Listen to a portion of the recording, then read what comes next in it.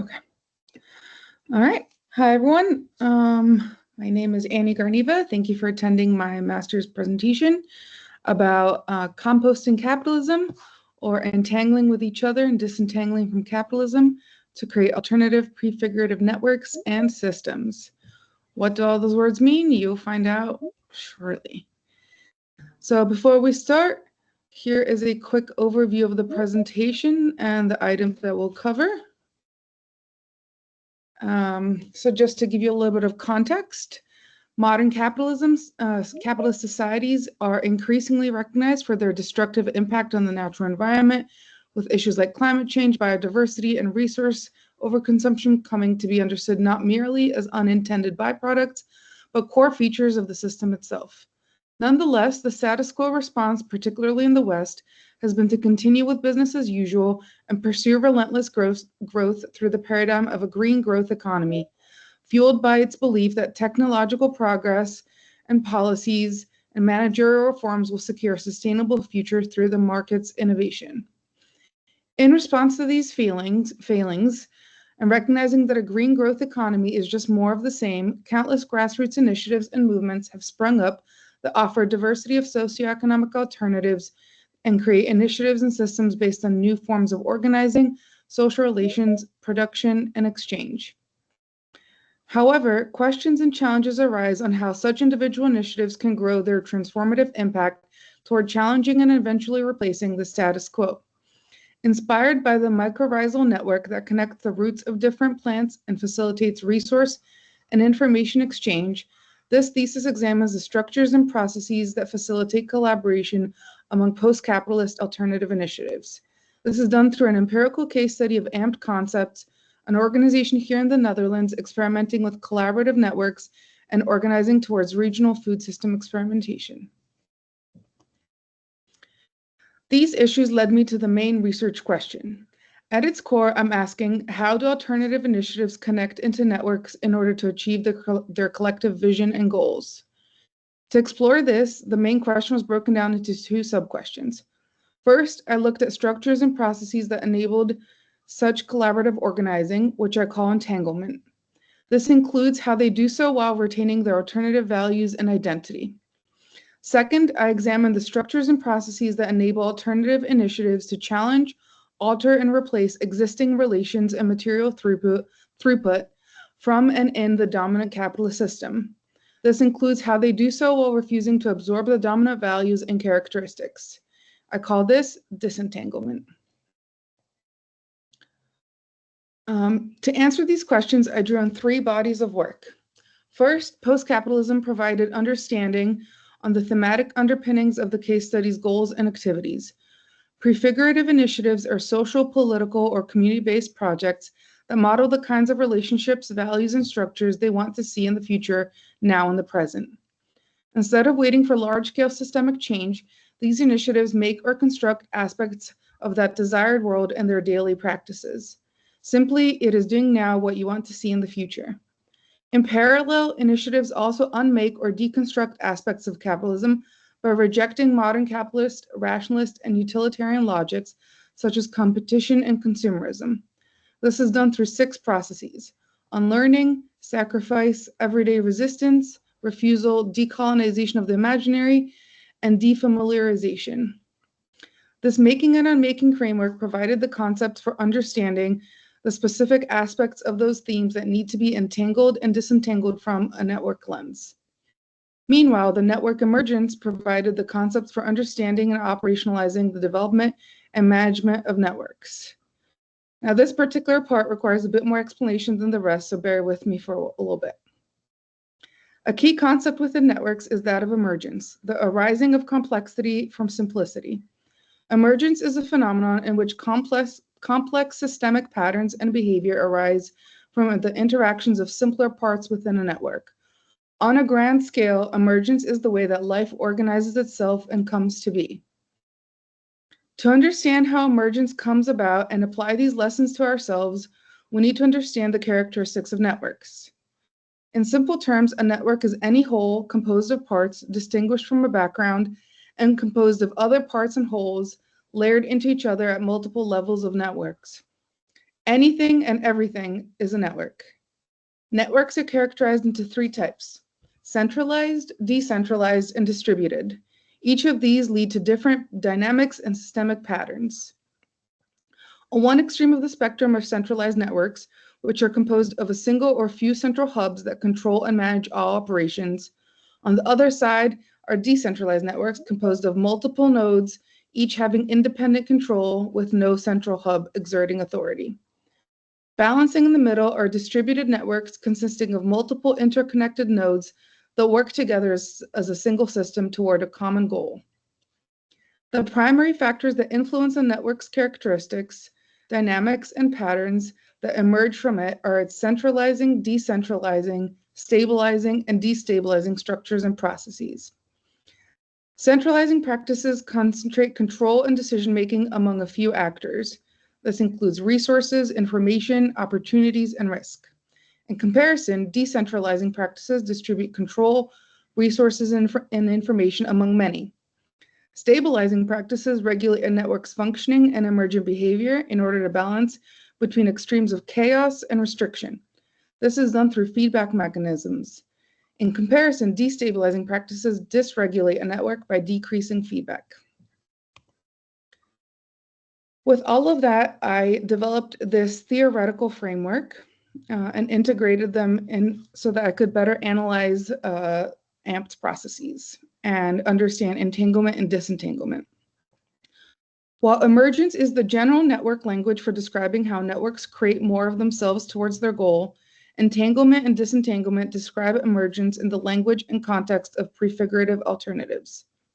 Entanglement entails the collaborative dynamics, and therefore the centralizing, decentralizing, stabilizing, and destabilizing processes that create those dynamics that then together make alternative networks working toward the collective goal of creating an alternative system. Entanglement is the active prefigurative organizing that initiatives practice within and between themselves towards the goal of broadening their impact relative to their own stated goals. Entanglement does not refer to the prefigurative acts themselves, but rather a wider process of activities that encourage, strengthen, and create interdependence between them so that together their effect is greater than that of the individual parts. On the flip side, disentanglement entails the refusal dynamics that together unmake capitalist ways of being within the scope of the alternative network itself and separate that alternative network from the mainstream one. Importantly, disentanglement is not the unmaking of capitalist networks themselves, because that is not the goal of the alternative network. The goal of the network is to make more of itself, but because its starting point is within capitalism, it needs to unmake capitalist logic and way of being as part of its own becoming. This thesis developed this framework and used it to analyze an in-depth case study of a prefigurative network in development driven by the organization AMP concepts. AMP facilitates collaboration among existing bottom-up initiatives to develop a robust, regenerative, and regional food system in the Utrecht and Amsterdam region. Research was structured around a cyclical and iterative multi-method qualitative framework that integrated desk research, semi-structured interviews, and written and verbal materials. Interviews were conducted with 4 AMP staff members and 7 of their partners, who were chosen as interview subjects because they represent different and intertwined types of food system initiatives. Interviews were scaffolded so that knowledge from one could be built up and used throughout the process. In parallel, I researched a variety of network systems, theory, and philosophy, as well as the various systems driving food system transformation. AMP provided access to a wide range of written internal and external materials, which gave this thesis an important depth and range of scope. This enabled me to cross-reference research from interviews with written and verbal materials, which I then organized, prioritized, categorized through NVivo, and analyzed for patterns and information. So on to the findings. First is the dominant food system, which is an industrial, agriculture, and global supply chains, and is a form of a cancerous network, which is tightly controlled through a handful of global conglomerate corporations that dominate the supply chain. As a capitalist system driven by profit and capital accumulation, the dominant food system is driven by the logic of the necessity for infinite growth, which leads to an increased exploitation and extraction of the resources and people it needs to function. Transnational corporations control all segments of the global food economy and shape production by promoting industrial monocultures that depend on seeds, agrochemicals, fertilizers, and machinery that are dominated by the very same corporate conglomerates. While marketed as a form of efficiency and innovation, this serves to the function of stifling biodiversity and quality for superficial product diversity.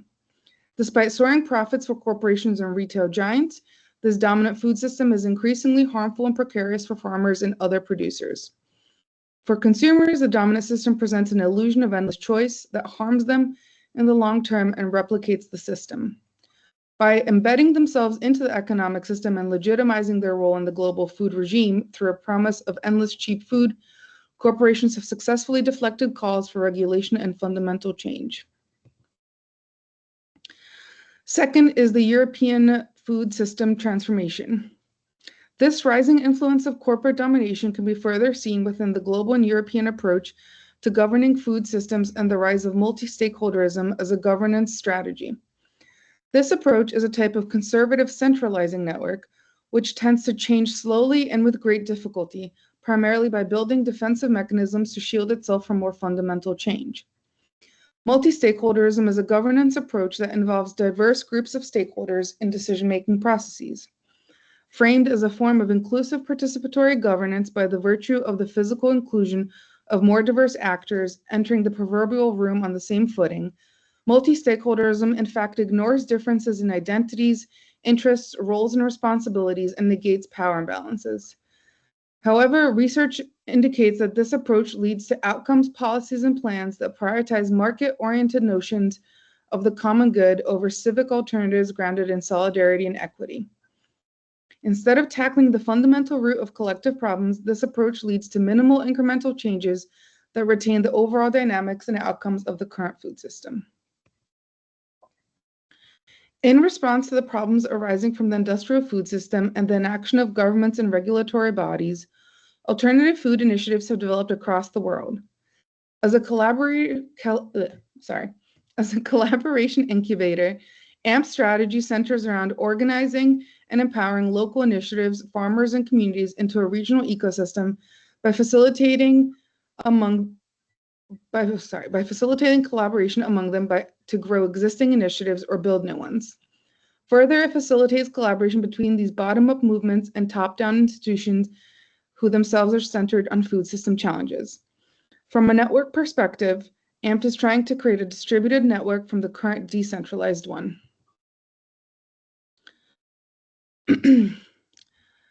AMP's approach is based on 4 levels of engagement that I will now walk through and analyze with examples. Levels 1 and 2 support collaborations among bottom-up initiatives through relationship building, empowerment, learning, and co-creation. Levels 3 and 4 support collaboration between the bottom-up network and top-down institutions and systems through fundraising, knowledge exchange, and policy influence. As participants move from one level to the next, they become more interconnected and interdependent, or more entangled, becoming part of a network of peers that collectively increases its capacity to drive a just transition to a regenerative food system. Underlying this approach are 3 main alternative prefigurative logics: facilitating a culture of collaboration instead of competition, empowering bottom-up initiatives to engage with top-down institutions on an equal footing, and prioritizing building alternatives instead of influencing or asking permission from the mainstream to do so. My first example is that of farmers William and Jacco. William is one of the first organic farmers in the Netherlands, while Jacco comes from a traditional family of food farmers. Neither liked the way the other one was doing farming. William saw Jacco as someone who was poisoning his land, while Jacco viewed William as an unrealistic hippie. However, this slowly changed as they began working with AMP on a project exploring how to place solar panels in fruit trees, and the two grew to be good friends through the process. Over the years, the two developed an organic fruit production company together, where William taught Jacco everything he now knows about organic farming. Jacco, in turn, has transitioned all operations within his own farm to be organic over the last decade. This reflects a key decentralizing element of AMP's process, They do not have any requirements for farmers who join the network other than the ambition and aspiration to increase biodiversity, make healthier food, and improve social outcomes. Rather than setting certain biodiversity outcomes as a goal to be reached by farmers and advising them towards that goal, AMP creates the conditions that enable them to learn about the spectrum of possibilities available to them and pursue change at their own pace with the support of peers within the network. Like William and Jaco, other farmers have indeed begun to incorporate regenerative agricultural practices into their operations. This incremental, slow approach is vastly different from the EU's multi-stakeholder approach. The EU strategy sets a target of having at least 25% of its agricultural land under organic farming by 2030. It pursues this through a combination of policy support, financial incentives, and initiatives. However, this approach, which was developed through the traditional multi-stakeholder process, fails to include support for transformative production methods such as agroecology and merely shows support for the goal of reduced emissions. Further, its implementation steps are dominated by a discourse focused on technology and finance, which perpetuate dominant logics and processes rather than the transformative ones that farmers like Jaco and William need. During a 2024 networking event in Utrecht with over 60 participants, AMP organized 9 local initiatives to present short pitches about their mission and needs. After each pitch, attendees could digitally and in person share how they could help the initiative or whether they were struggling with similar challenge and could collaborate. By learning each other's interests, needs, and resources, 2 local entrepreneurs decided to collaborate on developing a new self-harvest vegetable garden in Overvecht. Through AMP's network, they partnered with a nursery and garden center that hosts the garden on their land. Starting in 2025, the CSA produced 70 self-harvest shares over 20 weeks, with 10 more CSA gardens planned across Utrecht. The core decentralizing processes that AMP uses are very visible here.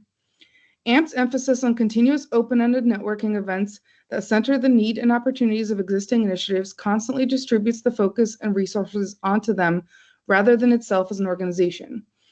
Further, decision-making on what projects and initiatives should receive support and resources fully lies within the network as they self-select who they connect with, how they want to work together, and what support they receive.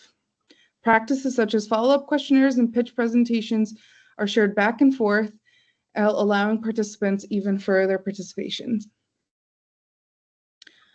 Example 3.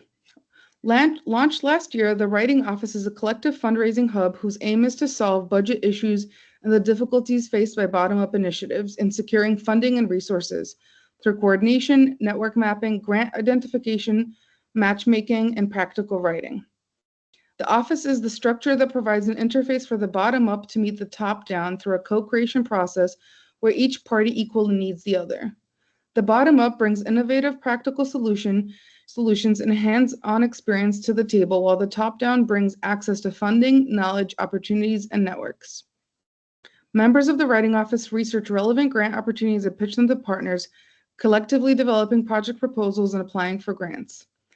This process builds off the first 2 levels of engagement with bottom-up initiatives by using the data and information collected to decide who will work together and how they can work best together.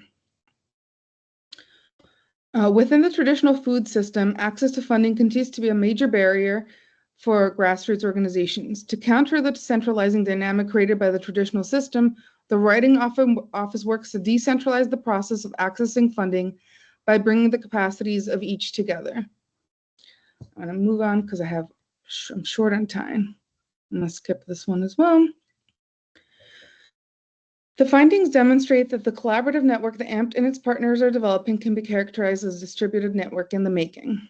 Through entanglement with itself, the network creates emergent dynamics and paths towards a desirable future alternative system, while disentanglement enables it to diminish the existing and emergent paths towards an even more toxic and harmful one.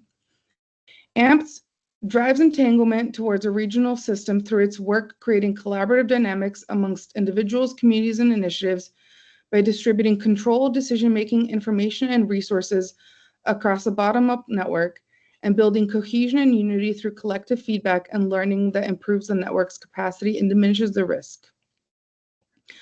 Underpinning these structures and processes are post-capitalist logics that drive prefigurative alternative initiatives. Through these distributive activities, AMP suffuses the network with values of commoning, well-being, sufficiency, ecological balance, use value, and collaboration, while disentangling from values, capitalist values such as individualism, consumerism, and endless growth.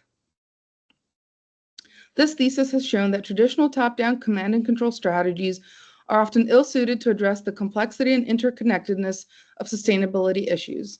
Instead, a major shift is needed from top-down technocratic approaches to bottom-up forms of governance based on community self-organization, which has been shown to have the most potential for enabling transformation.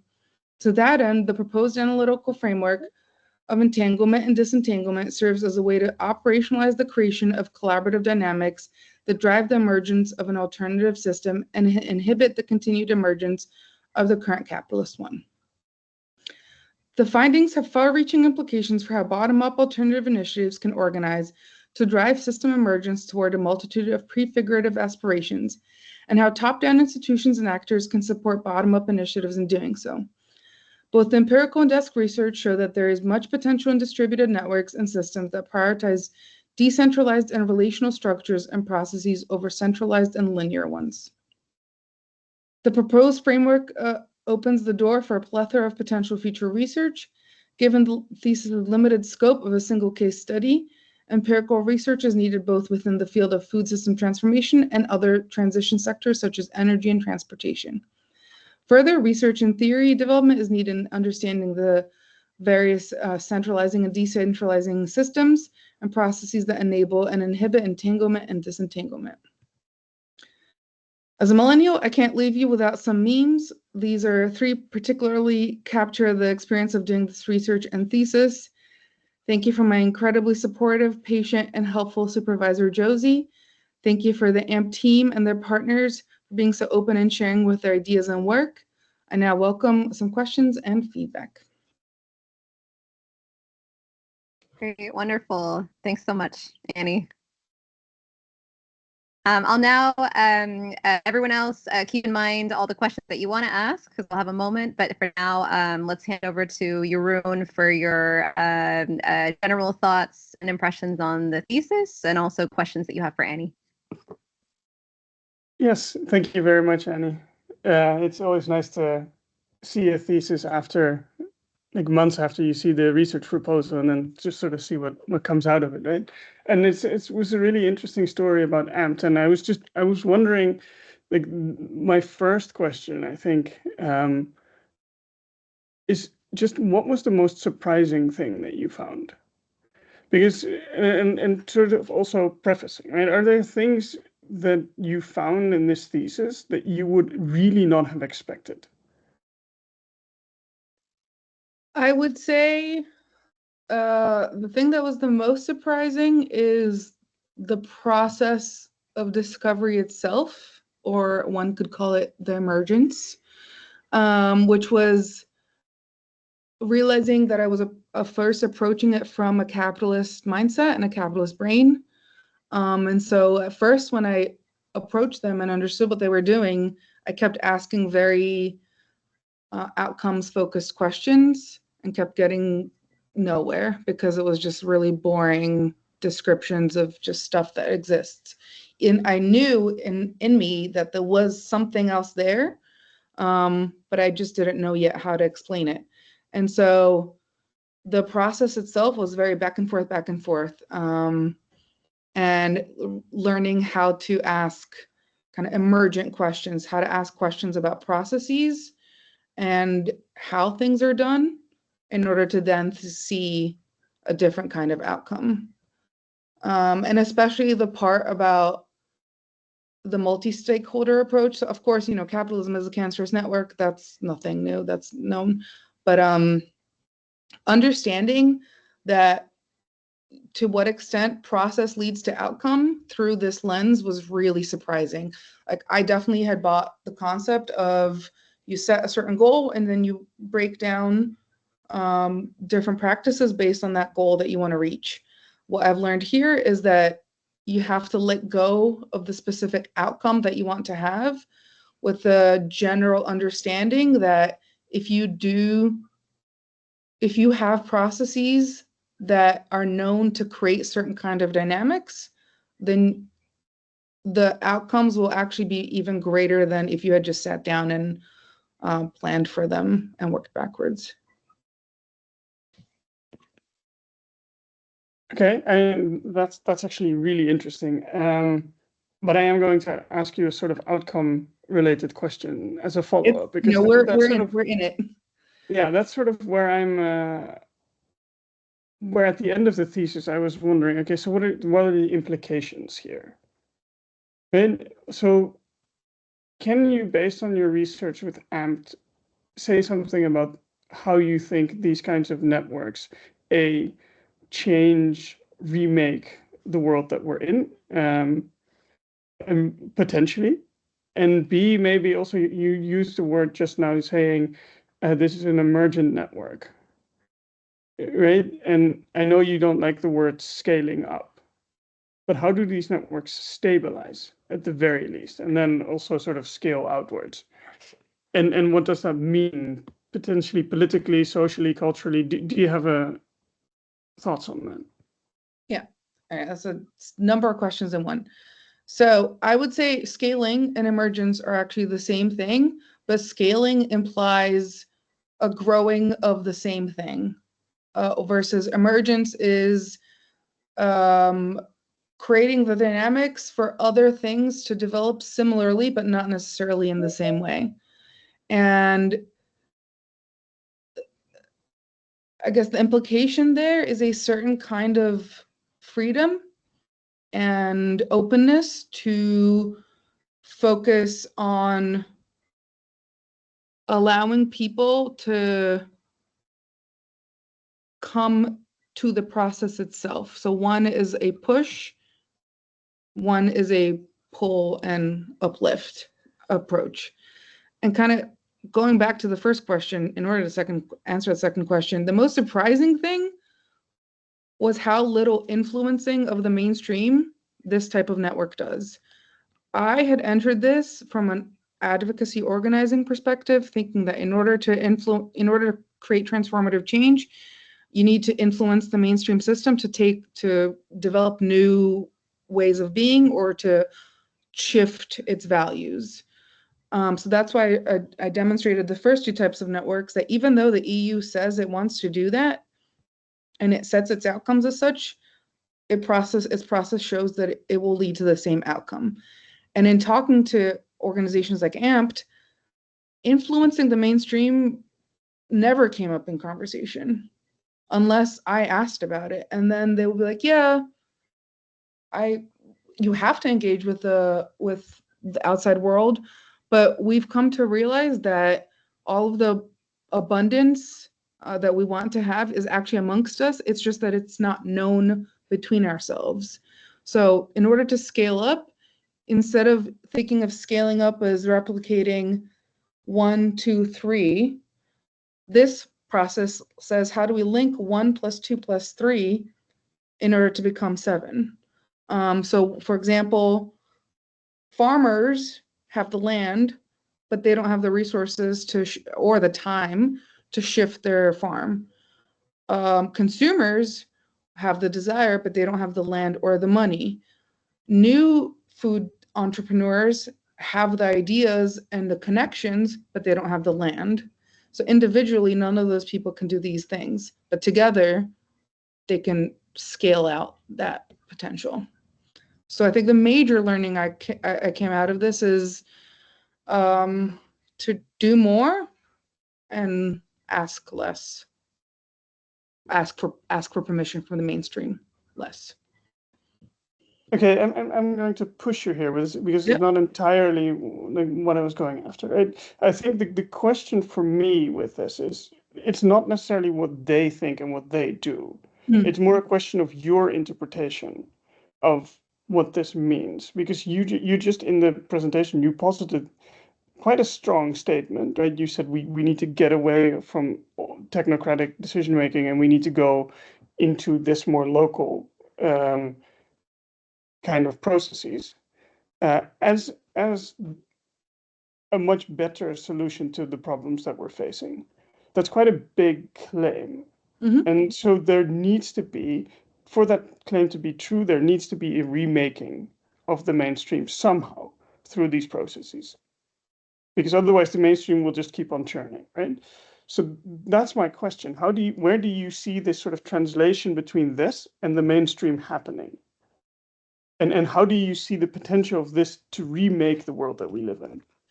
Yeah, the translation happens in that level 3 and level 4 that I was describing.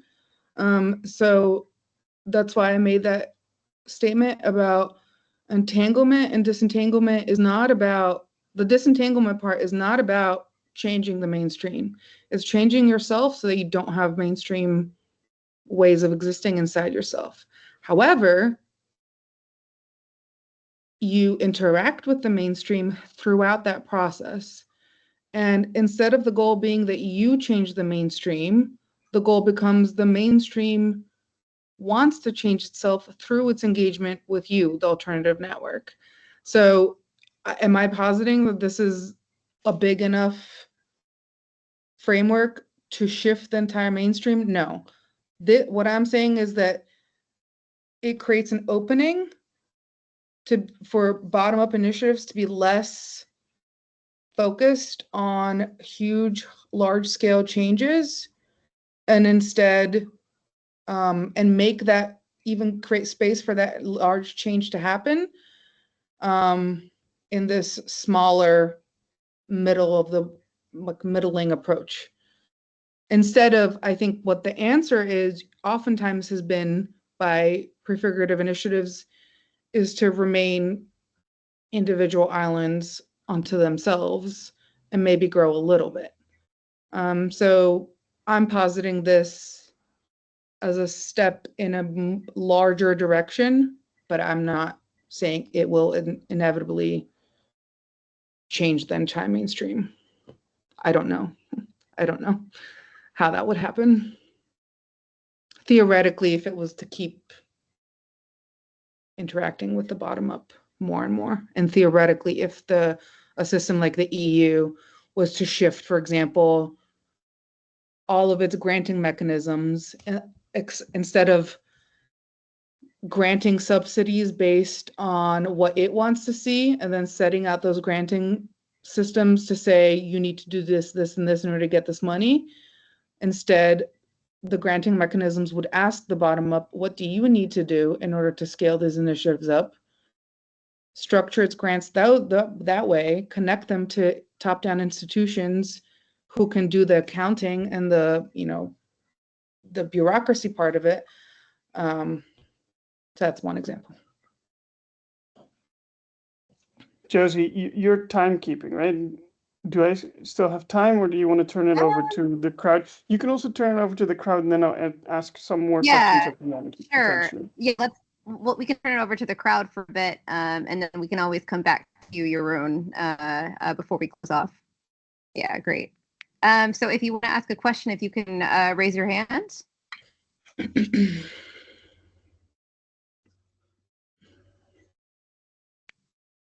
Yes, Terrell, go ahead.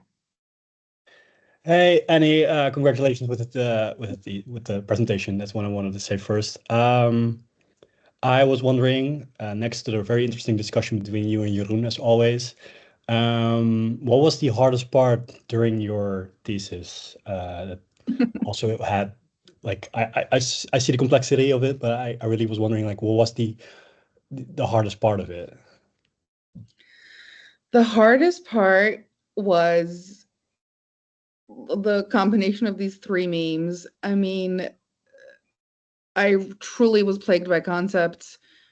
Bridging together a social science, I think networks is a philosophical concept, but 99% of literature on networks is on computing, technology, and the brain, and very different types of ways of explaining things. So I thankfully found one writer who kind of went in this direction and was able to bridge the two worlds, but it is shocking how much networks and entanglement and emergence are used as metaphor, but not operationalized in a useful way for social systems. I mean, they are in corporate and organizing world, but not in this kind of way.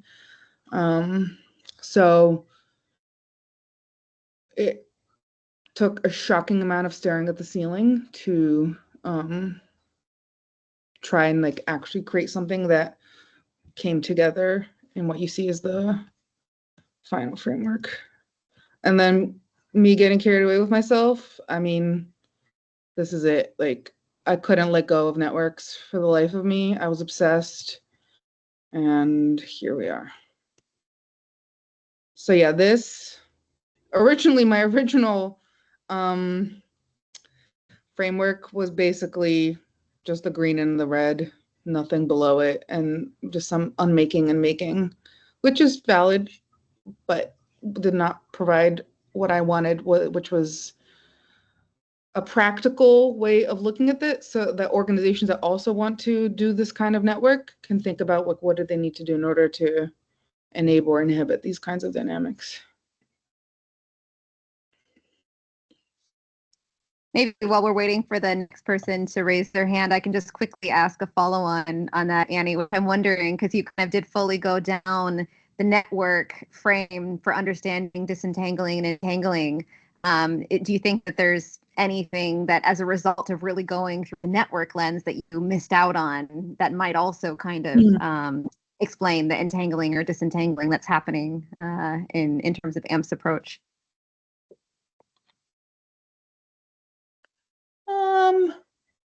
Yeah, more of the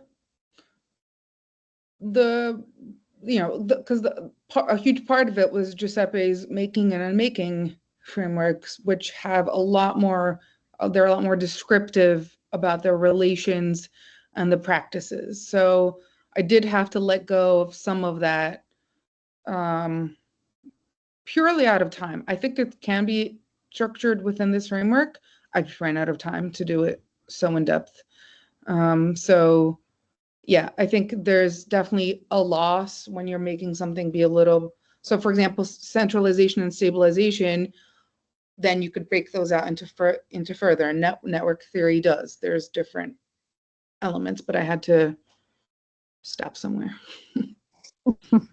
Great, thanks. Michaela? Yeah, hi.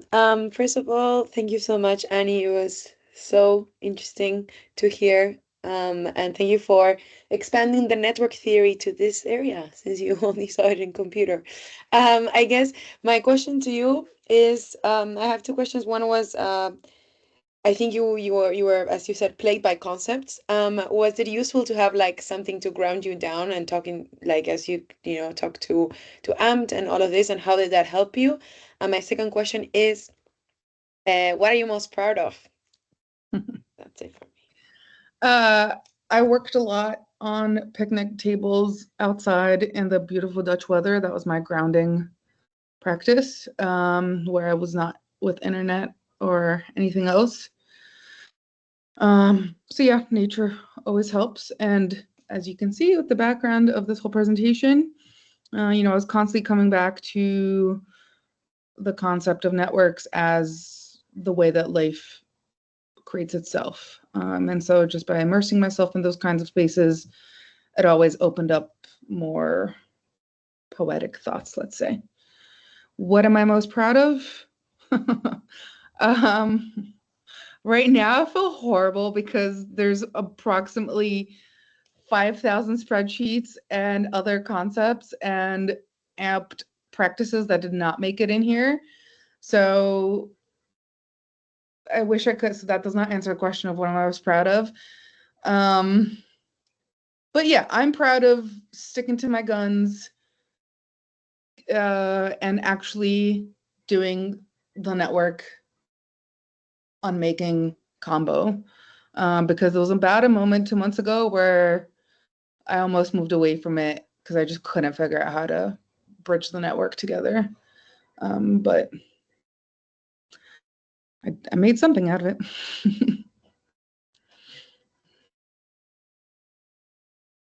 Great. Any other questions from people on the call?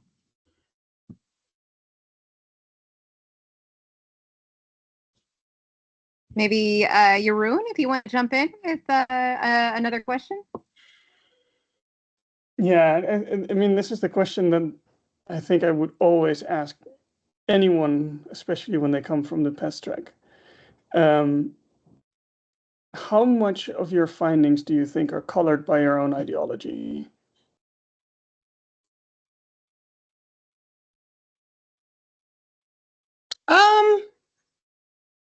Sure. And if so, how? Colored by my own ideology. Well, I don't think it's ideology that capitalism is a cancerous. I mean, that's part of it. I think I started as colored by my own ideology, and in fact, doing the research made it fact and not ideology for me. And that's why this kind of practices that lead to dynamics, that lead to kind of certain pathways that lead to the emergence of a system. That's why I was looking for this step approach that was outside of the post-capitalist space, so that I could get away from metaphor, which there's pause for a second.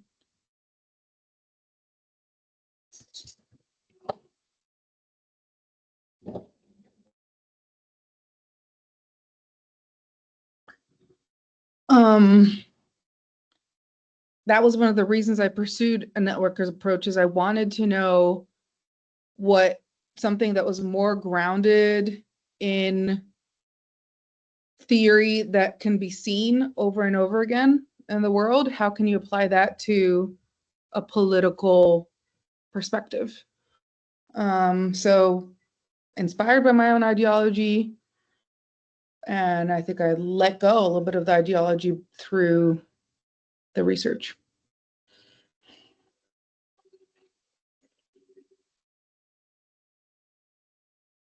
Josie, you're muted. Thanks.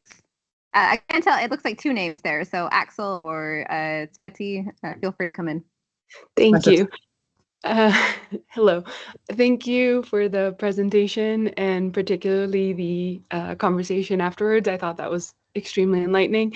And to kind of piggyback off of your own last question about ideology, I think what personally surprised me about this is, particularly knowing you, Annie, as your sister, is the fact that this is also a way of thinking about network on an individual level. I'm surprised that this gives somebody the ability, it's like a theory of change for an individual as much as it is for a group, as much as it is for the mainstream. And so I wanted to ask if you, when you went into this, if you thought about the individual. I don't think on an individual level you think that people can change as much, and you think of it more of as like a group and a structure.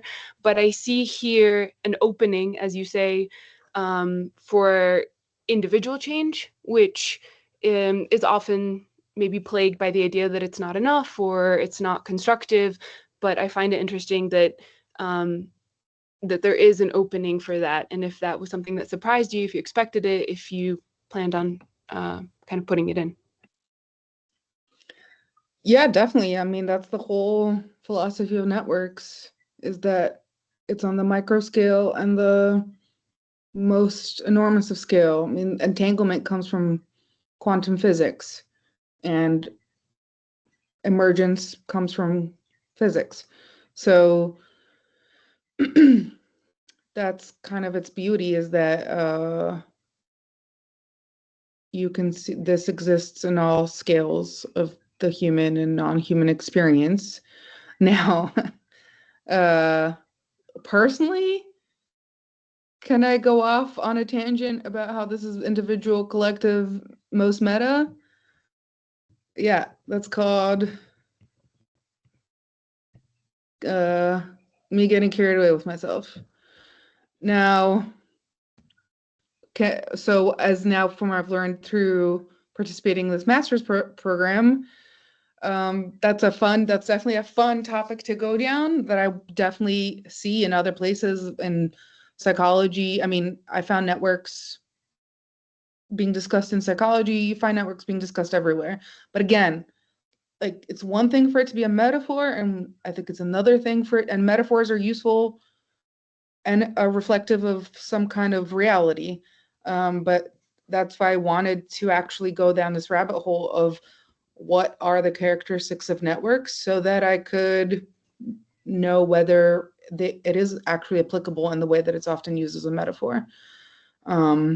So I would say that's another place of research, of course, to apply these concepts and see how they map out in other realms. Nahami. Thank you.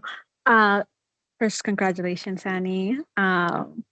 And to kind of, keep going with some of the things that have been said, especially with what Jeroen said, but because I've also seen you go through this process, I was wondering when you had those moments of, reflecting on your own kind of subjective thinking of like how, because, from our track, we're constantly thinking about our positionality. And so we think we're critical, but then we kind of see the contradiction within ourselves and how far that can really mean in the way we replicate certain kind of ways of thinking. What was the biggest tools that really help you to be like reflexive in that sense? Yeah, I mean, I had that realization coming into this as a practitioner and having worked in a different kind of network and organizing, political advocacy. So that's another way of my personal ideology and interest coming forward into this. And so then that lens of practitioner also very much colored. It was going back to the same thing, asking outcomes-oriented question, asking really questions that funders would ask of an organization, because that's how I was trained, because that's your goal, is to get money. And so the positionality was to constantly be coming back to researcher mode, or rather to be bouncing around from researcher to practitioner to curiosity kind of hat. And really important to this was a conversation. So my secret little supervisor on content was Jonas. I will butcher his last name, but you all know Jonas, our professor, who also was really into this stuff. And so I kind of picked his brain on a lot of network theory things. And he pointed out that this concept of process versus variance, which is looking at the world through and letting yourself have things kind of just show themselves to you versus starting with expectations and mapping and working backwards. Still trying to fully learn that, but Did it stop at some point, like where you were like no longer thinking in these kind of capitalistic ways when you were? No, I think it's totally impossible. It's totally impossible because it's just. I think it happens through the process of just engaging with people all the time, but I don't think it's a zero-sum thing. I think over time you see the world network illogically, as one of the books said, or you see the world emergently. I mean, this is the same, this is a concept that shows up everywhere. So this is the same concept of the British keep calm and carry on. Just go with it. Don't be so worried. So anyway, I could spin out on this in 1 second. Check, is there any last question before we round off? Yes, Martin. Hello, everyone. So I'm Maarten from Amsterdam. I've worked a lot with Annie throughout this whole process. And first of all, I'd just like to compliment you, Annie, because you have been very thorough and properly critical throughout the whole process.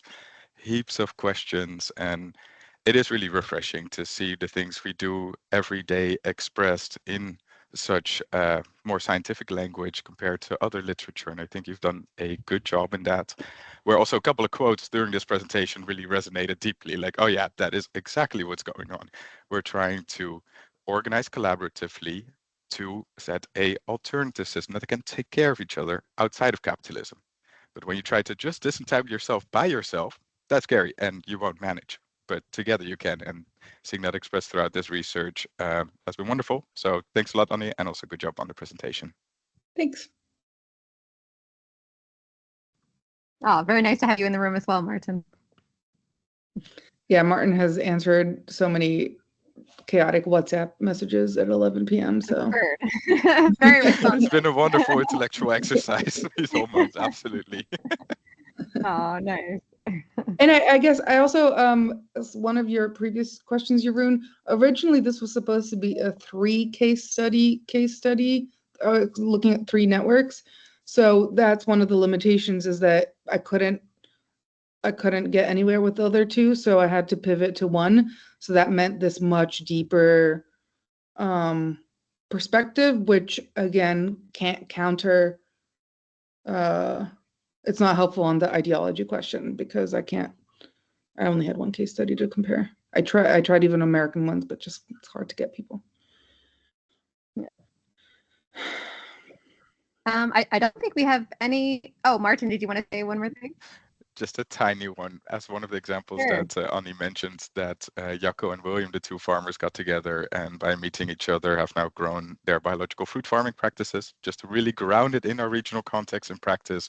In a week's time, we're for the 7th year gonna go help out with a large group of students, amongst others, to help with the pear harvest. So I'll be organizing the 3rd summer camp this year. So if anyone wants to join, check out the Grounded Instagram, share it with your students. The pears need to come off the trees. Nice. That's a peer review. In real I love time. it. Yeah, the perfect way to In end with a real little time. call to action in real time. Yeah. Great. Well, thank you so much, Annie. It was super interesting working with you, and I really enjoyed. I think in particular, like just your commitment to, like, you never let go of kind of your ambition of what you wanted to do with this thesis, and we're so committed to it. And also, I really loved kind of, I don't know, you have kind of almost, I don't know if it's like a no nonsense attitude, but almost like a commitment to, like, no, but really, like, I'm not going to take any bullshit kind of abstract, vague description. Like, really tell me what's going on. And I think that also got you far, and really trying to understand exactly what's happening, especially in, you know, a sort of initiative where clearly there are so many things happening, and you really have to be patient and ask lots of questions with thankfully very responsive people to answer questions. So yeah, it was great working with you. Thanks so much also for everyone who joined today.